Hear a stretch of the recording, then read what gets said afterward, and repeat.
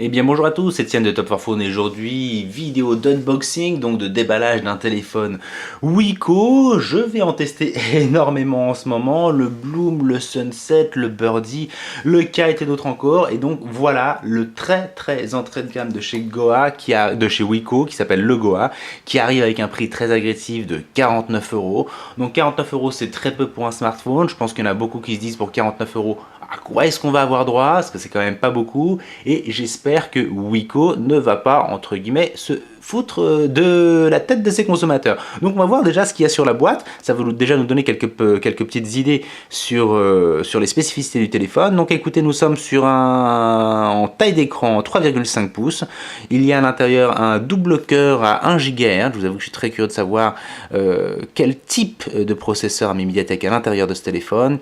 Donc nous sommes sur un écran HVGA, donc une très petite résolution de 320 par 480 pixels. Je vous rappelle quand même qu'on est sur 49 euros, donc un prix quand même très plancher. À peine de 2 millions de pixels à l'arrière, 1,3 million de pixels à l'avant, donc double cœur 1 GHz, ça on l'a vu.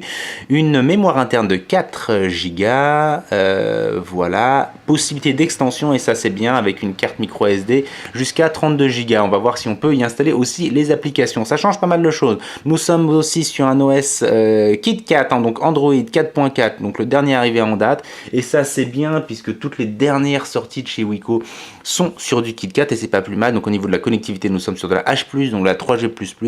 On verra si elle fonctionne bien, et bien entendu double SIM. Écoutez, je ne vais pas vous faire poireauter plus longtemps, je vais vous sortir Dexter pour pouvoir vous unboxer tout ça bien proprement. Alors, toi tu vas là. Nous sommes sur un modèle jaune pour le test, un jaune un peu glossy, et qui est du plus bel effet d'ailleurs. Voilà, on en prend plein les yeux, hein, ça y a pas de problème, mais ça c'est quelque chose qui est cher à Wiko pour cette rentrée 2014. Quasiment tous ces entrées de gamme, tous ces entrées de gamme sont déclinés en plusieurs coloris assez flashy, assez jaunes, et ça c'est pas mal.